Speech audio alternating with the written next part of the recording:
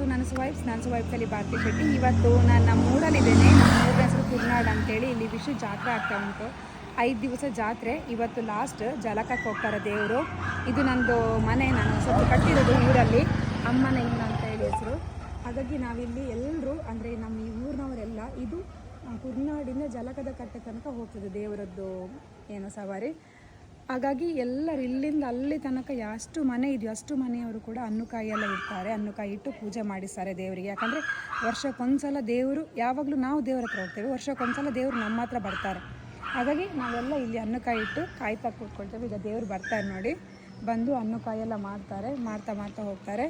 ಮತ್ತು ಜಲಕದ ಕಟ್ಟೆ ಅಂತ ಇದೆ, ಅಲ್ಲಿ ಹೋಗಿ ದೇವರು ಜಲಕವನ್ನು ಕೂಡ ಮಾಡ್ತಾರೆ. ಜಲಕ ಆಗಿ ಮತ್ತೆ ವಾಪಸ್ಸು ದೇವರು ಏನು ದೇವಸ್ಥಾನಕ್ಕೆ ಬರ್ತಾರೆ. ಇಲ್ಲಿ ನೋಡಿ ನಾವು ಅನ್ನುಕಾಯಿ ಇಟ್ಟಿದ್ದೇವೆ ನಮ್ಮ ಮನೆಯ ಮುಂದೆ. ನೋಡಿ ದೇವರು ಬರ್ತಾ ಇದ್ದಾರೆ ಎಲ್ಲ ಕಡೆ. ಕಟ್ಟೆ ಅಂದರೆ ಎಲ್ಲರೂ ಅನ್ನಕಾಯಿ ಇಟ್ಟಿರ್ತಾರೆ ಅವರವರ ಮನೆ ಎದುರಲ್ಲಿ. ಸೊ ಅದನ್ನೆಲ್ಲ ಮಾಡ್ಕೊಂಡು ದೇವರು ಮುಂದೆ ಬರ್ತಾ ಇರ್ತಾರೆ ನೋಡಿ. ಎಲ್ಲ ಅಂದರೆ ವಾದ್ಯ ಡೋಲು ಎಲ್ಲ ಇರುತ್ತೆ, ಅದರ ಜೊತೆಗೆ ಬರುವಂಥದ್ದು. ಮತ್ತು ತುಂಬ ಊರಿನವರು ಕೂಡ, ನಮ್ಮ ತುಂಬ ಊರಿನಲ್ಲಿರುವಂಥ ಜನರೆಲ್ಲ ದೇವರ ಹಿಂದೆ ಬರ್ತಾರೆ. ಅಲ್ಲಿ ತನಕ ಹೋಗ್ತಾರೆ, ಜಲಕದ ಕಟ್ಟೆ ತನಕ ಹೋಗ್ತಾರೆ ನೋಡಿ. ಇಲ್ಲಿ ದೇವರಿಗೆ ನಾವು ಆರತಿ ಮಾಡಿಸ್ತಿರೋದು. ಆದರೆ ಅವತ್ತು ತುಂಬ ಗಾಳಿ ಇತ್ತು, ದೀಪ ನಿಲ್ತಾ ಇಲ್ಲ. ದೀಪವನ್ನು ಉರಿಸುವುದೇ ಒಂದು ದೊಡ್ಡ ಸಾಹಸ ಆಗಿತ್ತು ನಮಗೆ. ಆಚೆಯಿಂದನೂ ಗಾಳಿ, ಈಚೆಯಿಂದನೂ ಗಾಳಿ. ಆದರೆ ಏನೋ ದೇವರು ಬರುವಾಗ ದೀಪ ಉರಿತಿತ್ತು, ಅದೇ ಒಂದು ದೊಡ್ಡ ಗ್ರೇಟ್ನೆಸ್ ಅಂತ ಹೇಳಬೇಕು. ನೋಡಿದ್ದು ಖುಷಿ. ನಾವು ಮುಂಚೆ ನಮ್ಮದು ಓಲ್ಡ್ ಮನೆ ಇದ್ದಾಗ, ಅಂದರೆ ಅಪ್ಪ ಅಮ್ಮ ಎಲ್ಲ ನಾವು ಇಲ್ಲೇ ಇದ್ದಾಗ ನಾವು ಇಟ್ಟಿದ್ವಿ. ಮತ್ತು ನಾವು ಬೋಳಿಯಾರ ಅಲ್ಲಿ ಹೋದ್ವಿ. ಅಲ್ಲಿ ಶಿಫ್ಟ್ ಆದಮೇಲೆ ಯಾರೂ ಇರ್ತಾ ಇರಲಿಲ್ಲ. ಇವಾಗ ನಾನು ನನ್ನ ಮನೆ ಆದಮೇಲೆ ನಾನು ಇರ್ತಾ ಇದ್ದೀನಿ. ಇದನ್ನು ಪ್ರತಿ ವರ್ಷ ಇದು ನೋಡಿ ನಮ್ಮದು ಅಂಗಡಿ ಸೈಡ್ ಬೋಳಿಯಾರಿಗೆ ಬಂದ್ವಿ ನಾವಾಗೇನು. ಇದು ನಮ್ಮದು ಈಗ ನಾವಿದ್ದೇವಲ್ಲ ಬೋಳಿಯಾರ ಮನೆಯಲ್ಲಿ, ಅಲ್ಲಿ ಅನ್ನಕಾಯಿ ಮಾಡಿಸ್ತಾರೆ ಅಣ್ಣನವರೆಲ್ಲ. ಅಂಗಡಿ ಎಲ್ಲ ಇದೆ ನಮಗೆ, ಹಾಗಾಗಿ ಅಲ್ಲಿ ಕೂಡ ಅನ್ನಕಾಯಿ ಮಾಡಿಸ್ತಾರೆ. ಕುರ್ನಾಡಲ್ಲಿ ಯಾರೂ ಮಾಡೋದಿಲ್ಲ, ಬಟ್ ನಾನೀಗ ನನ್ನ ಮನೆಯಲ್ಲಿ ಕಟ್ಟೋದಕ್ಕೆ ನಾನು ಮಾಡ್ತಾಯಿದ್ದೇನೆ. ಅದೊಂದು ತುಂಬ ಖುಷಿ ಅನ್ನಕಾಯಿ ಕೊಡೋದು ಅಂದರೆ ದೇವರಿಗೆ. ಅದೇನೋ ಹೇಳ್ತಾರಲ್ಲ, ನಮ್ಮದು ಇವತ್ತಿಗೂ ನಾವು ಅಲ್ಲಿ ದೇವರನ್ನು ನೋಡ್ತೇವೆ ಅನ್ನೋ ಒಂದು ಮಾತಿದೆ ನೋಡಿ. ಅದು ತುಂಬ ಖುಷಿಯಾಗುತ್ತೆ. ಪ್ರತಿ ವರ್ಷ ನಾನು ಎಲ್ಲಿದ್ದರೂ ಕೂಡ ಅಲ್ಲಿ ಉಂಟಂದು ಅನ್ನಕಾಯಿ ಇಡ್ತೇನೆ ದೇವರಿಗೆ ನೋಡಿ. ಇವಾಗ ಹೋಗ್ತಾರಲ್ಲ ದೇವರು, ಇವಾಗ ಹೋಗಿ ಫುಲ್ಲು ನಡ್ಕೊಂಡೇ ಹೋಗ್ತಾರೆ ಅಲ್ಲಿ ತನಕ ದೇವ್ರನ್ನ ಹೊತ್ಕೊಂಡು ಅವರು. ಮತ್ತು ಎಲ್ಲ ಜನ ನಡ್ಕೊಂಡು ಹೋಗ್ತಾರೆ. ಜಲಕದ ಕಟ್ಟೆ ಅಂತ ಇದೆ, ತುಂಬ ಇದೆ ನಡೀಲಿಕ್ಕೆ. ಅದು ಕಲ್ಲು ಮುಳ್ಳು ಎಲ್ಲ ಇದೆ, ಅಂದರೆ ರೋಡು ಕೂಡ ಕರೆಕ್ಟಾಗಿಲ್ಲ. ಅದು ನಡ್ಕೊಂಡು ಹೋಗ್ತಾರೆ ಎಲ್ಲರೂ ಕೂಡ. ಎಲ್ಲ ನಡ್ಕೊಂಡು ಹೋಗಿ ಆಮೇಲೆ ಅಲ್ಲಿ ಪೂಜೆಗಳೆಲ್ಲ ಇರುತ್ತೆ. ಜಲಕದ ಕಟ್ಟೆ ಅಂದರೆ ನೀರು, ತುಂಬ ನೀರಿರುತ್ತೆ. ನೀರಲ್ಲಿ ದೇವರಿಗೆ ಅಭಿಷೇಕ ಎಲ್ಲ ಮಾಡ್ತಾರೆ, ಅಂದರೆ ದೇವರನ್ನ ಮುಳುಗಿಸ್ತಾರೆ. ಅಲ್ಲಿ ದೇವರಿಗೆ ಸ್ನಾನ ಎಲ್ಲ ಮಾಡಿಸ್ತಾರೆ. ಆಮೇಲೆ ಸ್ವಲ್ಪ ಅಲಂಕಾರ ಎಲ್ಲ ಮಾಡಿ ಆಮೇಲೆ ಮತ್ತೆ ಅಲ್ಲಿಂದ ಕರ್ಕೊಂಡು ಬರ್ತಾರೆ ದೇವರನ್ನ. ಬರುವಾಗ ಒಂದು ರಾತ್ರಿ 7 ಗಂಟೆಗೆ ನೋಡಿ ದೇವರು ಬಂದು ನೋಡಿ. ಇವಾಗ ಬಂದಾಗ ಒಂದು ರೌಂಡ್ ಸುತ್ತಿದೆ ನೋಡಿ, ಅದು ಓಡ್ಕೊಂಡು ಬರುವಂಥದ್ದು ನೋಡಿ. ಓಡ್ಕೊಂಡು ಹೋಗ್ತಾರೆ ಎಲ್ಲರೂ, ದೇವರಿಂದ ಹಿಡಿದು ಎಲ್ಲ ಜನ ಓಡ್ತಾರೆ ನೋಡಿ.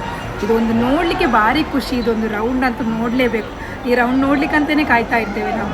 ಇದು ವರ್ಷಕ್ಕೆ ಒಂದು ಸಲ ನಮಗೆ ಸಿಗೋದು. ಯಾರೆಲ್ಲ ನಮ್ಮ ಜಾತ್ರೆಗೆ ಬಂದು ಇದನ್ನು ನೋಡಬೇಕು ಅಂತಿದ್ದೀರೋ ದಯವಿಟ್ಟು ನೆಕ್ಸ್ಟ್ ಇಯರ್ ಏಪ್ರಿಲಲ್ಲಿ ಬನ್ನಿ. ಇದು ನಾನು ನಿನ್ನೆ ತೋರಿಸ್ತಿಲ್ಲ ವಿಡಿಯೋ ರಥೋತ್ಸವದ ಮರುದಿವಸ ಆಗುವಂಥ ದೇವರ ಜಲಕಕ್ಕೆ ಹೋಗಿ ಮಾಡಿ ನೋಡಿ ಎಷ್ಟು ಚಂದ. ಅಂದರೆ ಇದೊಂದು ಸುತ್ತು ಭಾರಿ ಖುಷಿ ನಮಗೆ ನೋಡಲಿಕ್ಕೆ ನೋಡಿ. ದೇವರು ಓಡಿಸ್ಕೊಂಡು ಬರ್ತಾರೆ ಈಗ. ಬಟ್ ಇದನ್ನಂತೂ ಮಿಸ್ ಮಾಡಲಿಕ್ಕೆ ಬೇಡ ನಮಗೆ. ಇದು ನಮ್ಮ ಊರಲ್ಲಿ ನಡೆಯುವಂಥ ಜಾತ್ರೆಯ ಕೊನೆಯ ದಿನ, ಅಂದರೆ ದೇವರ ಜಲಕಕ್ಕೆ ಹೋಗಿ ಬರೋದು ನೋಡಿ. ಆಮೇಲೆ ಒಂದು ಫಾಸ್ಟ್ ವೇಗವಾಗಿ ಒಂದು ದರ್ಶನ ಇದೆ ದೇವರದ್ದು ನೋಡಿ. ಅಂದರೆ ದೇವರಷ್ಟು ಸಂಜೆ ಒಂದು 5 ಗಂಟೆಗೆ ದೇವರು 5 ಗಂಟೆಗೆ ದೇವರು ಜಲಕಕ್ಕೆ ಹೊರಡ್ತಾರೆ.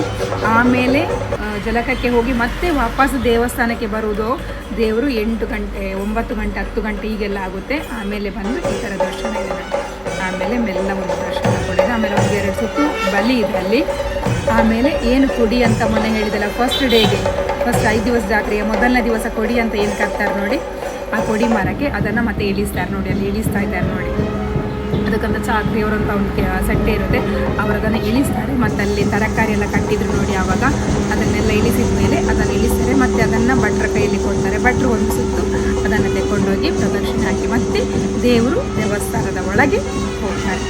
ಅಂದಿನಿಂದ ಅವತ್ತು ದೇವಸ್ಥಾನದ ಒಳಗೆ ಹೋದ್ಮೇಲೆ ದೇವರು ಶಯನೋತ್ಸವ ಅಂತ ಹೇಳ್ತೇವೆ. ದೇವರನ್ನು ನಿದ್ದೆ ಅಂದರೆ ದೇವರನ್ನು ಗರ್ಭಗುಡಿಯೊಳಗೆ ಕೂರಿಸ್ತಾರೆ. ಅವತ್ತು ಶಯನೋತ್ಸವ ಇದೆ. ಮತ್ತೆ ಅವತ್ತು ಡೋರ್ ಹಾಕಿದರೆ ಮತ್ತೆ ತೆಗೆಯುವುದು ಮರುದಿವಸ ಮಂತ್ರಾಕ್ಷತೆ ಅಂತ ಕೊಡ್ತಾರೆ. ಮಂತ್ರಾಕ್ಷತೆಯನ್ನು ಬೆಳಿಗ್ಗೆ ಹೋಗ್ತಾರೆ ಎಲ್ಲರೂ ತೆಕ್ಕೊಳ್ಳಿಕ್ಕೆ, ಅದನ್ನು ತಂದು ನಮ್ಮ ಮನೆಯಲ್ಲಿಟ್ಟು ನಮ್ಗೆ ಒಳ್ಳೆಯದಾಗುತ್ತೆ ಅಂತೇಳಿ ನಂಬಿಕೆ ಕೂಡ ಇದೆ ನಮ್ಮ ಊರಲ್ಲಿ. ಇದು ತುಂಬ ಖುಷಿ ಕೊಡುವಂಥ ಒಂದು ವಿಷಯ ಅಂದರೆ ನಮ್ಮ ಊರಿನ ಜಾತ್ರೆ ಇದು 5 ದಿವಸ ಜಾತ್ರೆ. ನಿನ್ನೆ ನಿಮಗೆ ನಾನು ತೋರಿಸಿದ್ದು ರಥೋತ್ಸವದ್ದು, ಇದು ಇವತ್ತು ಜಲಕದ ಗಂಟೆ ಬೊಮ್ಮನ ದೇವರು ಕೊನೆಯ ಒಂದು ದಿನ ಅಂತ ಹೇಳ್ಬೋದು ಜಾತ್ರೆಯದು. ನೋಡಿ ಇಲ್ಲಿ ಕೊಟ್ಟರು ಭಟ್ರ ಕೈಯಲ್ಲಿ ಅವ್ರು ತಂದು, ಆಮೇಲೆ ಅದನ್ನು ಕೊಂಡೋಗಿ ಒಂದು ರೌಂಡ್ ಸುತ್ತು ಬರ್ತಾರೆ. ಆಮೇಲೆ ದೇವರು ದೇವಸ್ಥಾನದ ಗರ್ಭಗುಡಿಯೊಳಗೆ ಹೋಗ್ತಾರೆ. ನೋಡಿ ಇವರು ನಮ್ಮ ತಂತ್ರಿ ಅಂತ ಹೇಳ್ತಾರಲ್ಲ ಭಟ್ರು, ಅವರು ತುಂಬ ವರ್ಷದಿಂದ ಇಲ್ಲೇ ಇದ್ದಾರೆ. ನಮ್ಮದು ಮನೆಯಲ್ಲಿ ಪೂಜೆಗೆಲ್ಲ ಇಲ್ಲೇ ಬರ್ತಾರೆ. ತುಂಬ ಖುಷಿ ಆಗ್ತದೆ ಅವರು ನೋಡುವಾಗ ಕೂಡ. ನೋಡಿ ತುಂಬ ಜನ ಇದ್ದಾರೆ ನಮ್ಮ ದೇವಸ್ಥಾನಕ್ಕೆ, ತುಂಬ ಜನ ಬರ್ತಾರೆ. ಅದೇ ಖುಷಿ ನಮಗೆ. ಎಲ್ಲೇ ಇದ್ದರೂ ಎಲ್ಲೇ ಹೋದರೂ ಕೂಡ ಆ ಜಾತ್ರೆಗೆ ಒಂದು 5 ದಿವಸದಲ್ಲಿ 1 ದಿವಸನಾದರೂ ಜಾತ್ರೆಗೆ ಬಂದೇ ಬರ್ತಾರೆ. ಅದು ಬಹುಶಃ ಸೋಮನಾಥೇಶ್ವರ ದೇವರು ನಮಗೆ ಕೊಟ್ಟಂಥ ಒಂದು ವರ ಅಂತಲೂ ಹೇಳ್ಬೋದು, ಆಶೀರ್ವಾದ ಅಂತಲೂ ಹೇಳ್ಬೋದು. ನೋಡಿ ಒಳಗೆ ಹೋಗಿದ್ದಾರೆ. ಈ ಥರ ನೋಡ್ತಾ ಇರಿ ನನ್ನ ವೀಡಿಯೋಸ್ಗಳನ್ನು. ನಾನು ಒಳ್ಳೊಳ್ಳೆ ವೀಡಿಯೋಸ್ಗಳನ್ನ ಅಪ್ಲೋಡ್ ಮಾಡ್ತೇನೆ. ಮತ್ತು ನನ್ನ ವೀಡಿಯೋಸ್ ನೋಡಿದ ಮೇಲೆ ಲೈಕ್, ಶೇರ್, ಕಮೆಂಟ್ ಕೂಡ ಮಾಡಿ. ಏನು ಇಷ್ಟ ಆಗಿಲ್ಲ, ಏನು ಇಷ್ಟ ಆಯಿತು, ಯಾವ ಥರ ವೀಡಿಯೋಸ್ ಕೊಡಬೇಕು ಎಲ್ಲವನ್ನು ಅಪ್ಡೇಟ್ ಮಾಡ್ತಾ ಹೋಗಿ. ಸಬ್ಸ್ಕ್ರೈಬ್ ಮಾಡಿ ನನ್ನ ಚಾನೆಲನ್ನು. ಓಕೆ, ಥ್ಯಾಂಕ್ ಯು, ಧನ್ಯವಾದಗಳು, ಬಾಯ್ ಬಾಯ್.